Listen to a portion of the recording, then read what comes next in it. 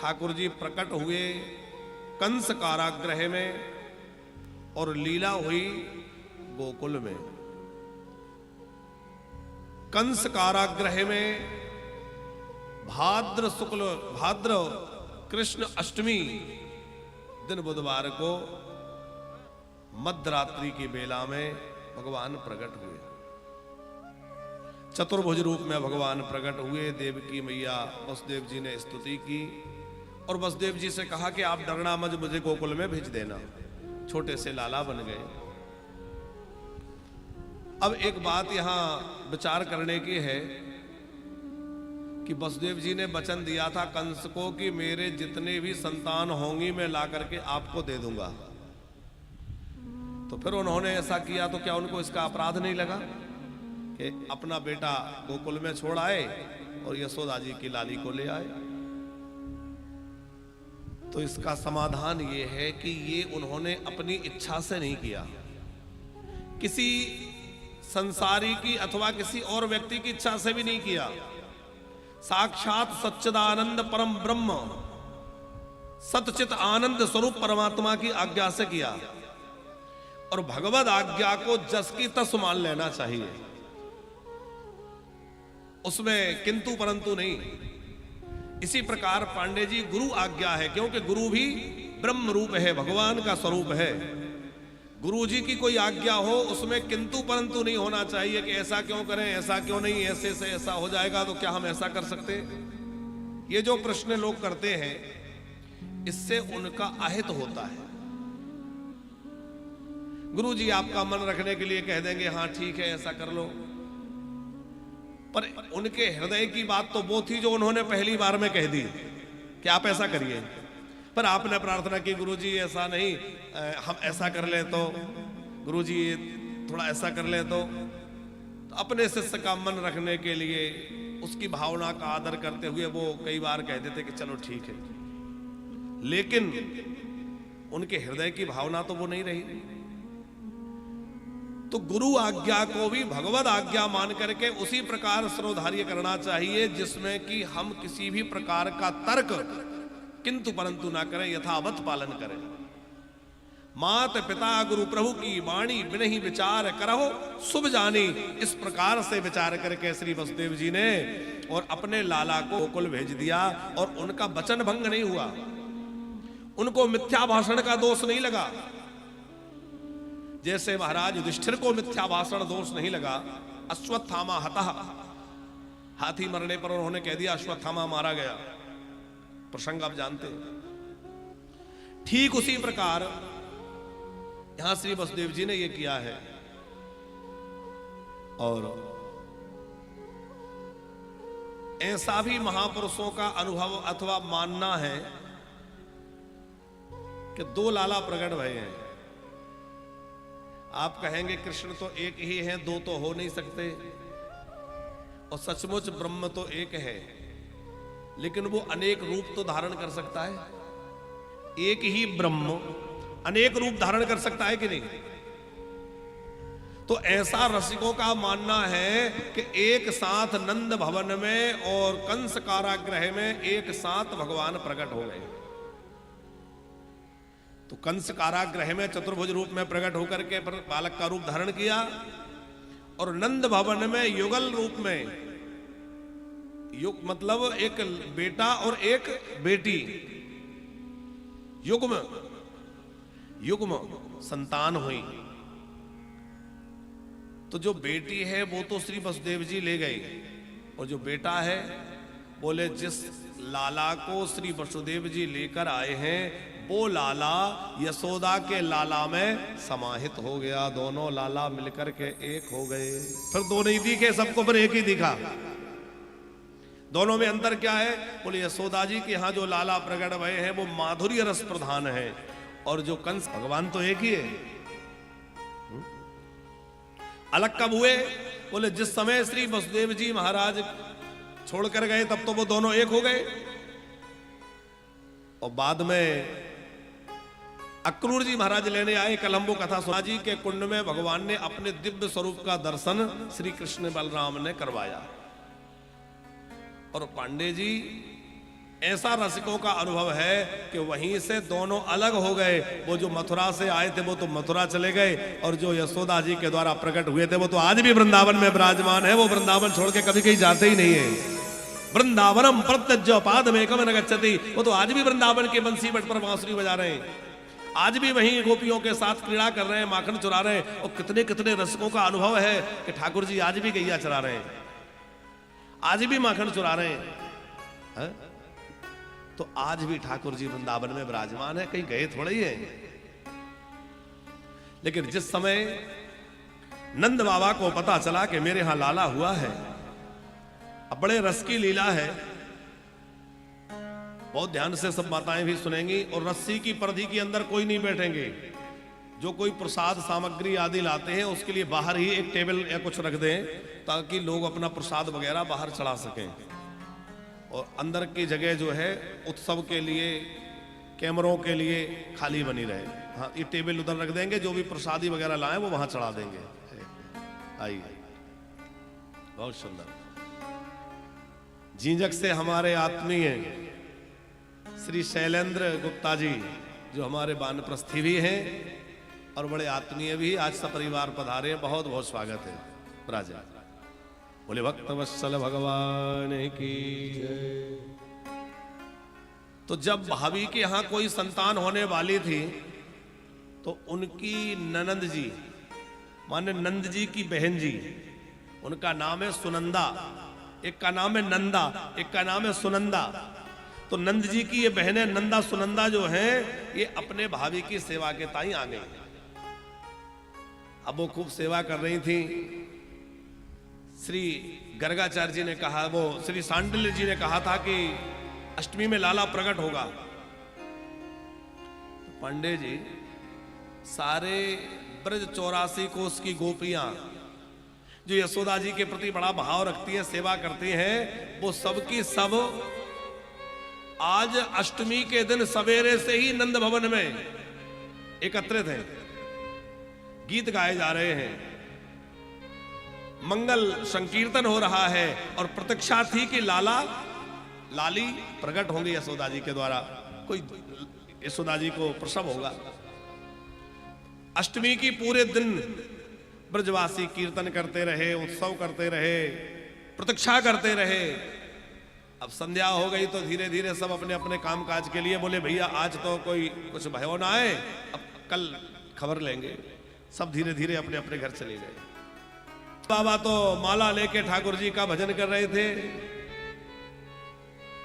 और अपने नारायण प्रभु का नाम स्मरण कर रहे थे। हमारे ब्रज के संत तो कहते हैं कि भगवान का नाम जपते जपते जपते जपते नंद बाबा जो है क्या जपने लगे। उनसे ब्रजवासी पूछने आते, बाबा कछु भयो? बाबा धीरे से कहते हैं, अभी तो कछु भयो ना है, आगे पतो ना है, तो भयो ना है, आगे पतो। अब धीरे धीरे सब चले गए। नंदा सुनंदा सेवा में थी और उन्हें भी लगा कि अब तो आधी रात्रि हो गई, अभी तक तो कोई प्रसव पीड़ा हुई नहीं, तो लगता है कि अभी तो कुछ ऐसा है नहीं, तो हम भी थोड़ा कमर सीधी कर लें। वो भी लेट गई। यशोदा जी भी योग निद्रा के, योग माया के प्रभाव से ऐसी प्रगाढ़ निद्रा में गई कि उनको भी प्रसव वेदना नहीं हुई, उनको ये अनुभव नहीं हुआ कि कब बच्चों का जन्म हुआ, बेटा हुआ कि बेटी हुई, उनको उसका अनुभव भी नहीं हुआ। ब्रह्म मुहूर्त में नवमी के दिन, अभी अष्टमी की अभी बात सुना रहे थे आपको, नवमी के सवेरे सवेरे 4 बजे नंदा सुनंदा उठकर गई। देखे तो सही भाभी ठीक ठाक है, तो देखा भाभी तो सो रही है, लेकिन पास में एक सावला सा सलोना सा प्यारा सा लाला भी सोया हुआ है, नीलमणि के सदृश दिव्य कांति से चमकता हुआ। उस बालक को देख करके भागते भये, दौड़ते भये सुनंदा जी नंदा जी गई और जाकर कहा, भैया बधाई हो, भैया बधाई हो। नंद बाबा ने कहा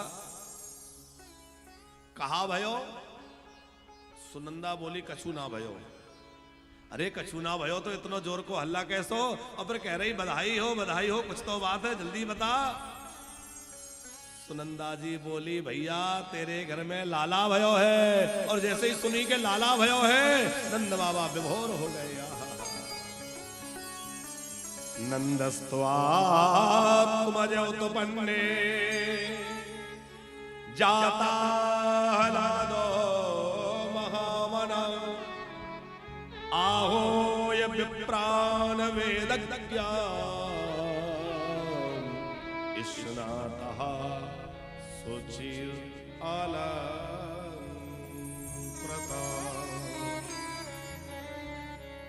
नंद बाबा दौड़ कर यमुना जी में गए, छलांग लगा करके यमुना स्नान किया, यमुना जी को प्रणाम किया,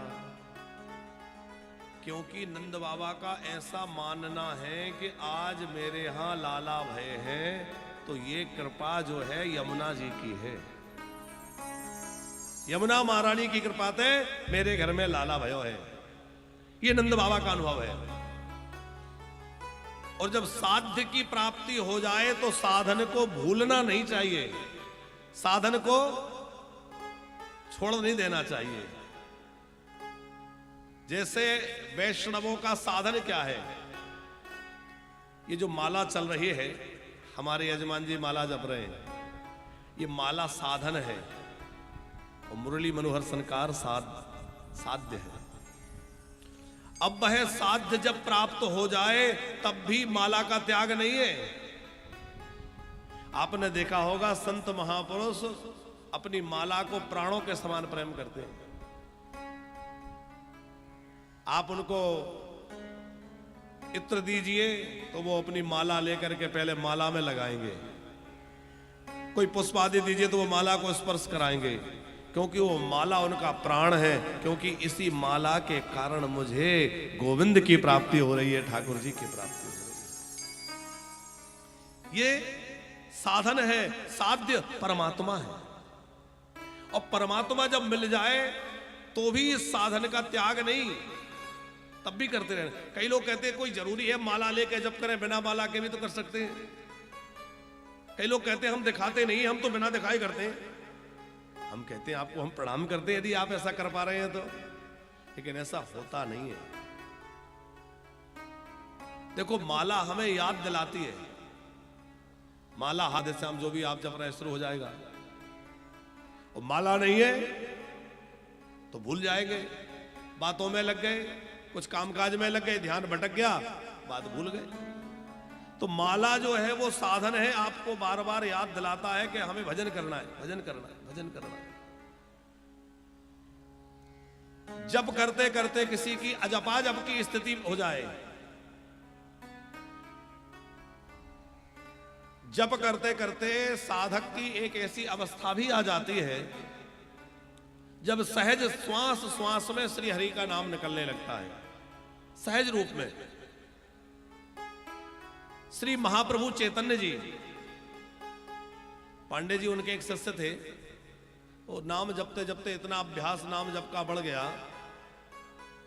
कि वो शौच क्रिया के लिए भी जाएं तो उनका नाम स्मरण रुकता नहीं था।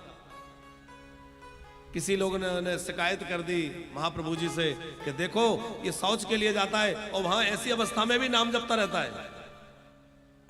महाप्रभु जी ने बुलाया, बोले ये तो बिल्कुल ठीक नहीं है, तुम गलत करते हो, उस समय बंद किया करो। तो बैठने दो, ये बच्चे यदि शोर ना करें तो बढ़िया प्रेम से बैठे, क्या बात है, बैठो बैठो आराम से, बातचीत नहीं करना लाला। तो वो साधक जो है गुरु जी की आज्ञा का पालन किया, लेकिन अभ्यास तो अभ्यास होता है। अब क्या हुआ कि जब वो अपने शौच क्रिया के लिए जाता तो अपनी जिह्वा को ऐसे पकड़ लेता। फिर लोगों ने शिकायत करी कि जी ऐसा काम करता है, शौच के समय जीभ पकड़ के बैठा रहता है। फिर महाप्रभु जी ने बुलाया, क्या बात है? तो उसने कहा कि मुझे इतना नाम जप का अभ्यास हो गया है कि बिना किसी प्रयास के भी मेरे मुंह से नाम निकलता है। अब आपकी आज्ञा है कि शौच क्रिया में नहीं रहना है, तो मैं अपनी जीभ को पकड़ लेता हूं ताकि बार बार ये नाम उच्चारण ना करे। महाप्रभु जी ने उसको हृदय से लगा लिया और कहा ऐसे नाम प्रेमी के लिए फिर कोई उसके लिए बाधा नहीं है, कोई मर्यादा नहीं, फिर तो तू दिन रात जप, तेरे तो रोम रोम से श्वास में नाम निकल रहा है। प्रभु से प्रार्थना करो कि हमारी भी वो दशा हो जाए कि श्वास श्वास में नाम निकलने लग जाए, पल पल क्षण क्षण हमारे मुख से भगवान नाम निश्रित हो और भगवान के प्रेम में हम विगलित रहे, भगवान का स्मरण करते ही आंखें डबडबा जाएं, रोम पुलकित हो जाएं, आंखों से आंसू झर जाएं। और ध्यान रखना, जिस दिन कृष्ण के प्रेम में तुम्हारी आंखों से आंखों झर जाएं तो समझ लेना मैंने अपने प्रेम के पुष्प गोविंद के चरणों में चढ़ाए हैं। ये अश्रु साधारण नहीं है, ये बिरले महापुरुष को प्राप्त होता है। संसार के लिए, धन के लिए, बेटा बेटी के लिए रोने वाले तो बहुत मिलेंगे, पर परमात्मा के लिए रोने वाला कोई भाग्यशाली होता है जिसके अंदर भगवान के लिए आंसू होते हैं। कि आने मिलो घनश्याम, बहुत दिन बीत गए, अब आने मिलो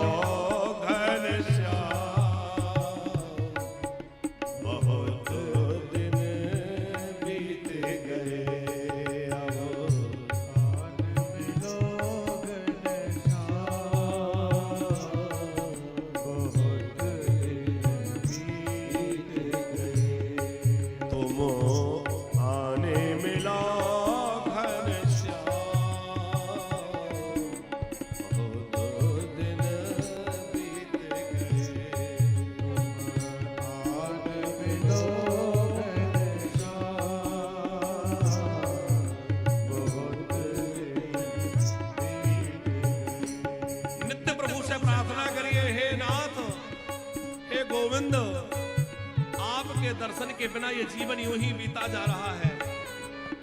हे भगवान, हे करुणा निधान, सब पर कृपा करके आपने दर्शन दिया है, मुझे क्यों नहीं? हे मेरे प्रभु, ना मैं जानो आरती पूजा, एक ही प्यास हृदय में है, अखियों में एक ही लालसा है कि हे नाथ आपका दर्शन मेरे सामने प्रकट हो जाइए। बहुत दिन बीते गए, अब आने मिलो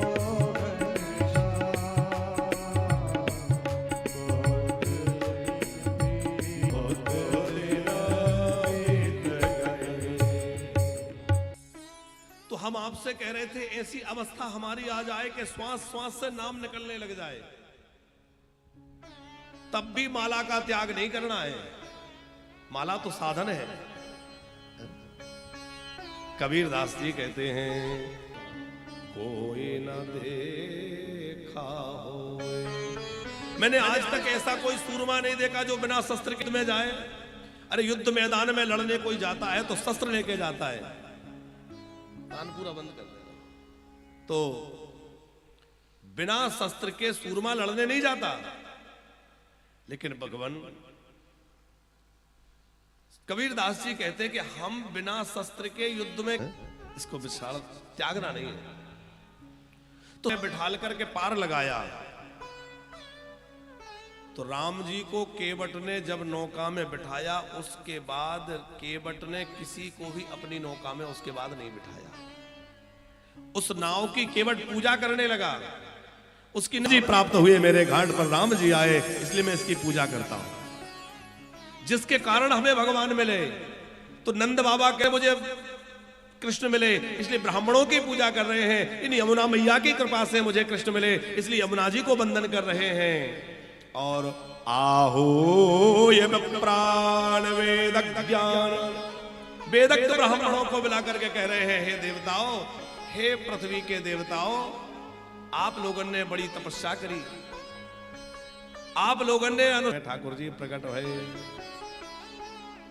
तो हे नंदनंदन, हे ब्राह्मण देवताओं, आप लोग पधारिए। तो ब्राह्मणों का सम्मान कर रहे हैं। ब्राह्मणों को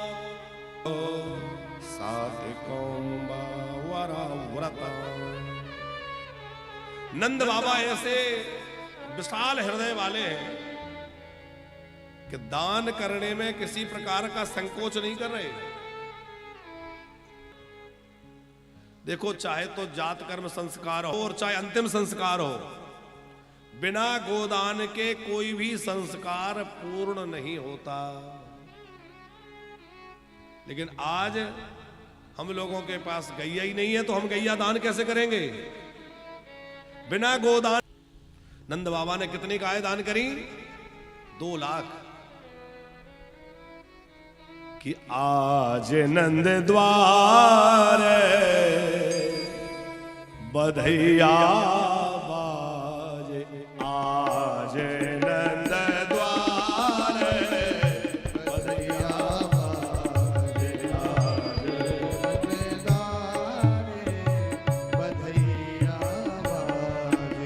आज नंद द्वार बधैया बाजे, आज नंद द्वार बधैया बाजे।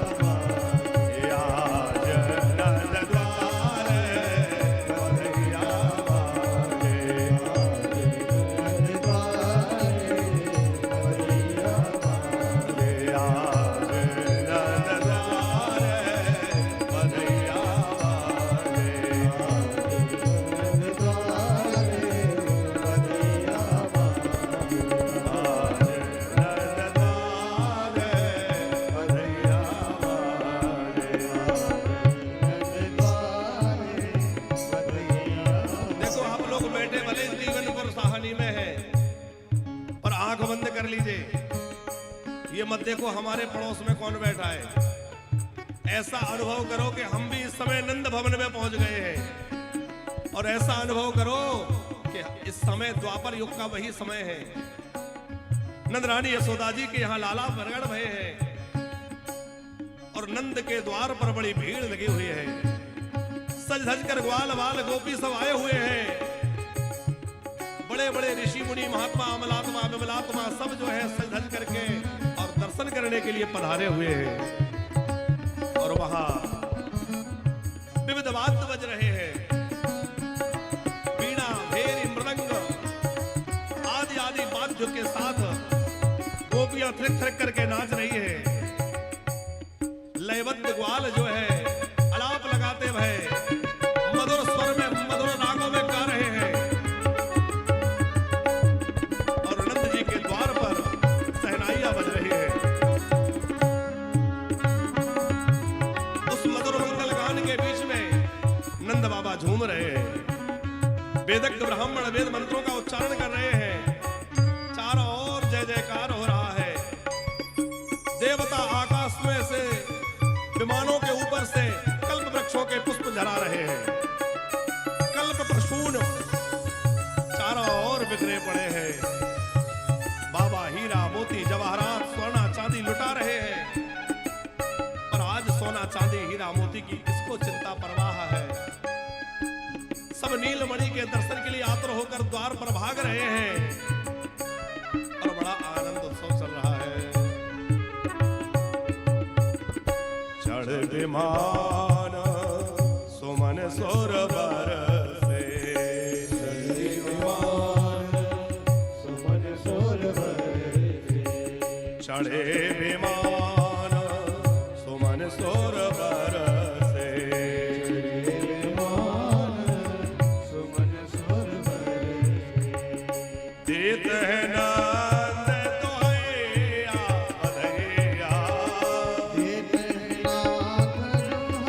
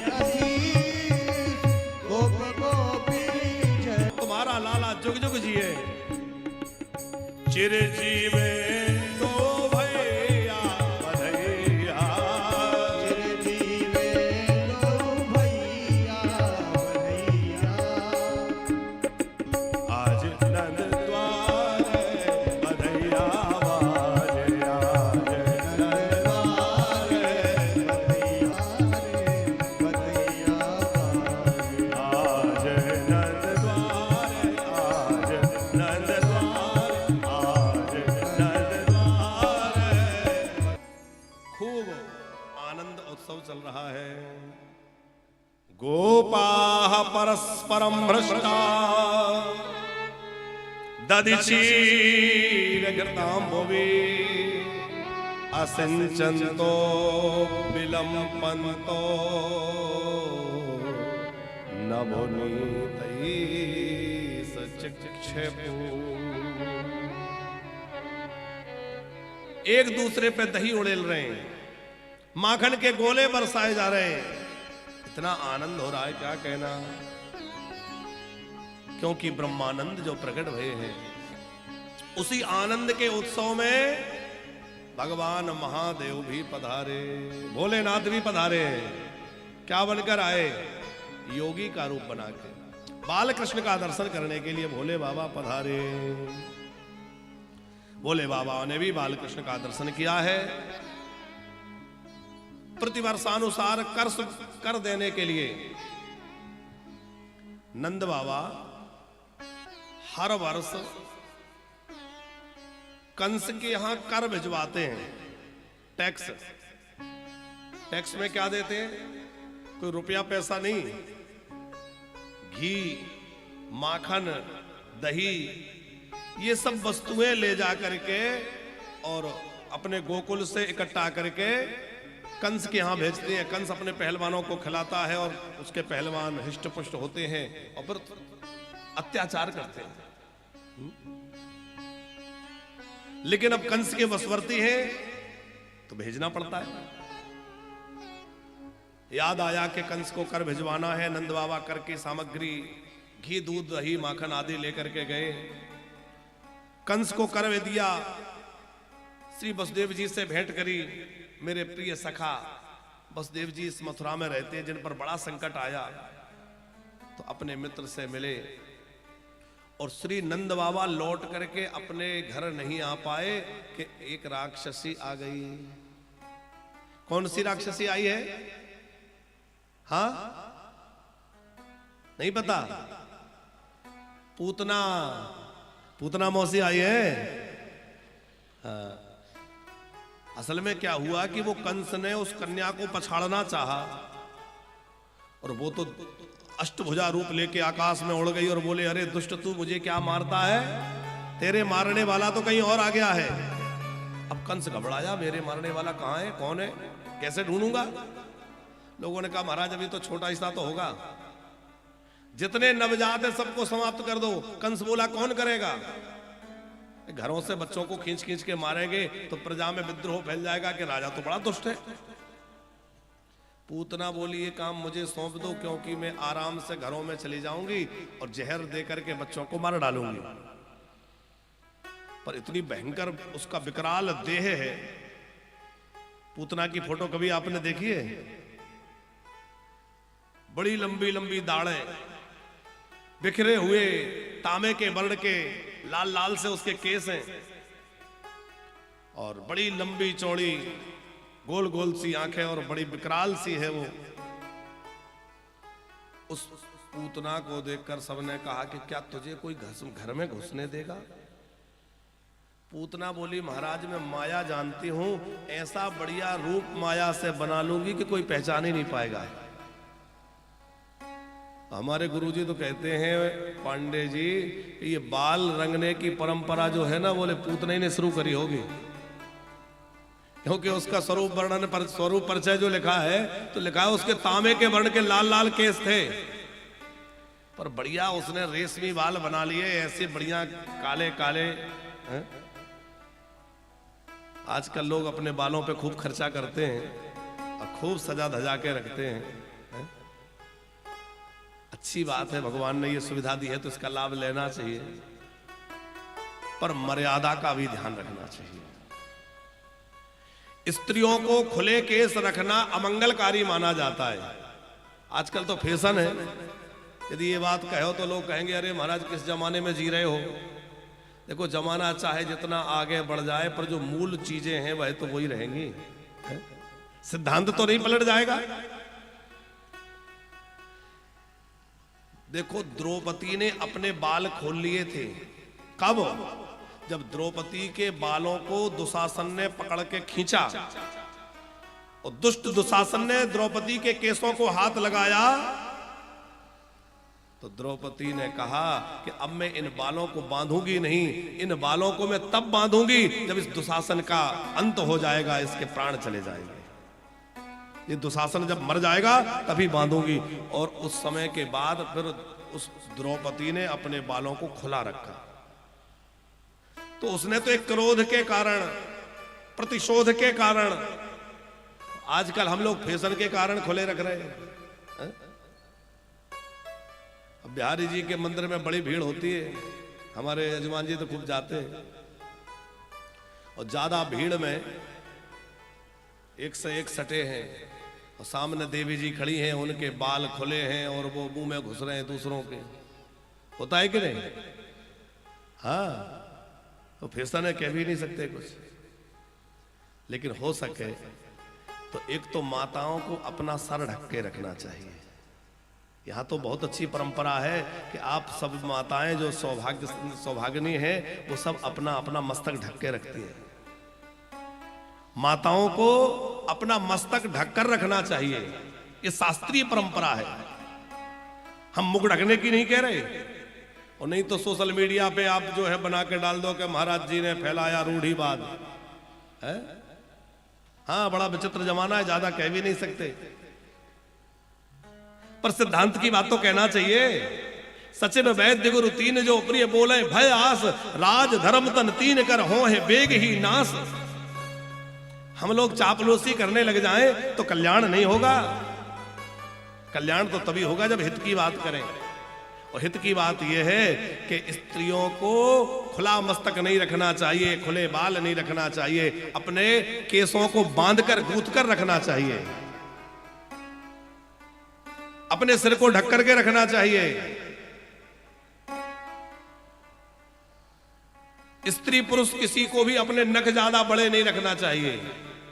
नाखून बढ़ाने की भी आजकल जो परंपरा कई लोगों में चल गई है, ये भी बड़ी भयानक है।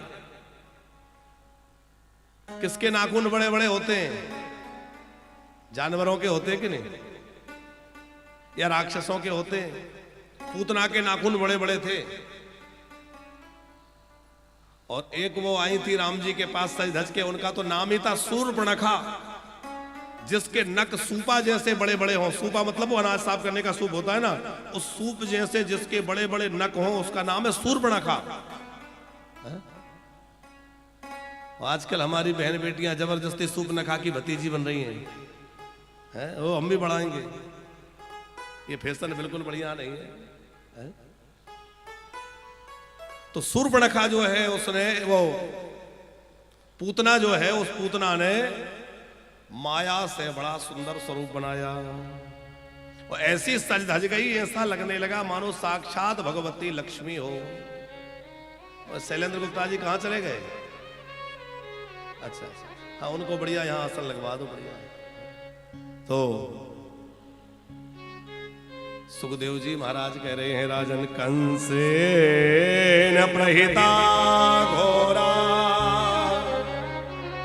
पूतना बाल धातनी शिशुश्चकार निघ्नन्ति पुरग्राम प्रजादिषु पुरग्राम प्रजादिषु। हल्ला जहां जाओ वहां एक ही था, नंद जी के यहां अद्भुत लाला हुआ है। अरे यशोदा के लाला को देखने जा रहे हैं। अरे तुम गई क्या? जहां देखो एक ही चर्चा। तो पूतना कहां पहुंच गई? गोकुल में, और नंद बाबा के दरवाजे पे पहुंच गई। अब यशोदा जी सोच रही कि ये बड़ी चमक धमक वाली है, पर है कौन, मैं तो पहचानती नहीं हूं। और ऐसा उसने छेल छबीला रूप बनाया है कि कोई भी उसको पूछने की हिम्मत नहीं करता कि कहां से पधारी हो। अभी एक बात विचार, आइए आइए, सोफा खाली कर देंगे, पानी दे देंगे, ये दे देंगे। लाला को आशीर्वाद देने को आई हो। वो क्या कह रही है पूतना? बोले देखो, मुझे देवताओं का वरदान है, जिस बच्चे को मैं, वो दीर्घायु हो जाता है। अब उल्टी पुल्टी बातें कर रही है। आई तो मारने, वो क्या कह रही है? जिस बच्चे को दूध पिला दूं वो निरोगी हो जाता है। अब क्या हुआ, यशोदा जी ने कह दिया, देखो वो अंदर पालने में सो रहा है, जाके आशीर्वाद दे दो। पालने के पास गई और जैसे ही बालकृष्ण ने पूतना को आते हुए देखा तो ठाकुर जी ने क्या किया, दोनों आंखें बंद कर ली। विबोध्यतां बालकमारिकाग्रहम् चराचरास्मत् निमीलित। ठाकुर जी ने अपने दोनों नेत्र बंद कर लिए। अब नेत्र बंद क्यों कर लिए, इस बात पर अलग अलग महात्माओं के, अलग अलग महापुरुषों के अलग अलग विचार हैं। क्यों आंख बंद कर ली? अच्छा आप लोग बताओ, कन्हैया ने आंख बंद क्यों कर ली होगी? आप लोगों को कोई कारण समझ में आ रहा है? अरे एक कारण तो यही हो सकता है कि भैया अजनबी किसी को देख के बच्चे आंख बंद कर लेते हैं, डर जाते हैं। क्या ठाकुर जी डर गए? नहीं, डरे नहीं है। तो प्रभु ने इसलिए आंखें बंद कर ली, सोचा कि मैं आया हूं राक्षसों को मारने और शुरुआत इस पूतना से हो रही है, तो भैया अभी तो मैंने शुरुआत करी नहीं, अब मंगलाचरण करके शुरुआत कर दें। तो आंख बंद करके कन्हैया मंगलाचरण कर रहे हैं राक्षसों को मारने का। एक संत बोले कि नहीं, हमें तो ये लगता है कि सोच रहे होंगे कि भैया जहर पिलाने आई है, जहर पीने का तो मुझे कोई अभ्यास नहीं है, मैं तो दूध दही माखन खाने आया था, और जहर पीने का काम तो भोले बाबा का है, वो बढ़िया जहर पीना जानते। हो सकता है आंख बंद करके उन्हीं को बुला रहे होंगे, बाबा आप आ जाओ और जहर जहर आप पी लेना, दूध दूध में पी लूंगा। एक संत बोले नहीं, इसलिए आंख बंद कर ली होगी, आंख बंद करके सोच रहे होंगे कि इसने ऐसा कौन सा कर्म किया जिससे जी आज मेरे पास आ गई। इस जीवन में तो इसने कोई बढ़िया काम नहीं किया, पर निश्चित कभी ना कभी तो किया होगा। तो आंख बंद करके इसके पूर्व जन्मों को देख रहे हैं। और पिछले जन्म में ये राजा बलि की बेटी रत्नमाला थी, और वहीं भगवान को गोद में लेकर दूध पिलाने का भाव मन में उठा था। तब तो भगवान पूरा नहीं कर पाए, लेकिन वो भाव आज पूरा हो रहा है। और जब भगवान वामन से विराट बन गए थे और राजा बलि को बंदी बना लिया, तो इसके मन में भाव आया था, मेरा बस चलता तो इस बच्चे को बंदी बन जहर दे के मार डालती। दोनों भाव पूरे हुए। तो मानो श्री कृष्ण आंख बंद करके उसके पूर्व जन्मों का विचार कर रहे हो। एक संत बोले, मुझे तो लगता है इसलिए आंख बंद कर ली होगी कि श्री कृष्ण है मायापति और ये पूतना है मायावती, और मायापति के सामने मायावती की माया टिकेगी?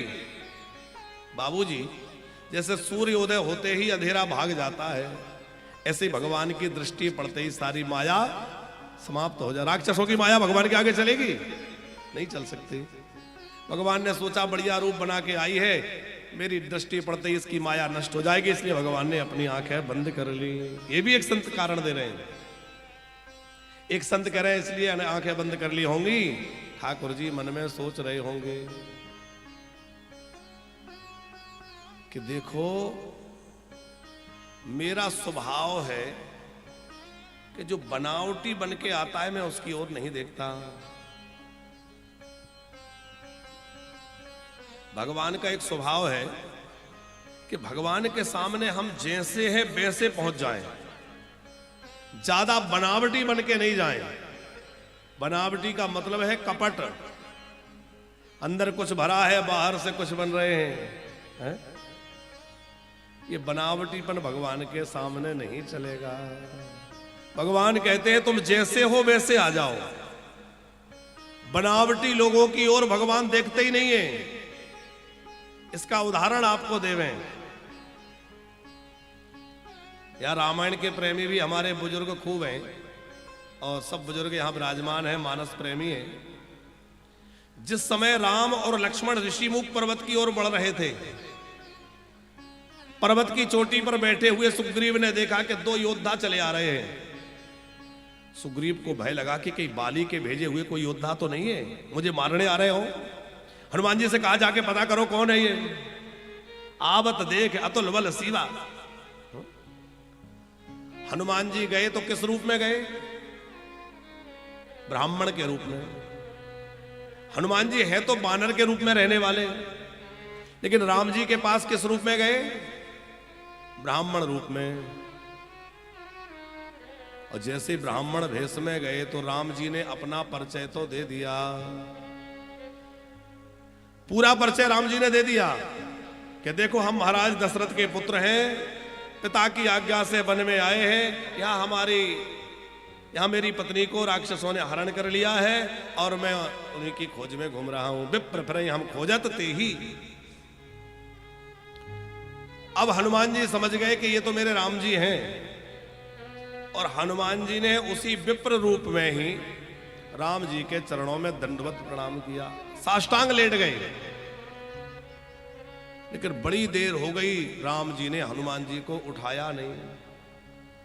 हनुमान जी सोच रहे हैं कि ये क्या बात है भाई, अरे मेरे प्रभु का स्वभाव है जब भी मैं प्रणाम करता हूं ठीक से प्रणाम भी नहीं करने देते, बीच में ही रोक लेते हैं, नहीं नहीं बस हो गया, अरे बस बस रहने दो, और हृदय से लगा लेते हैं।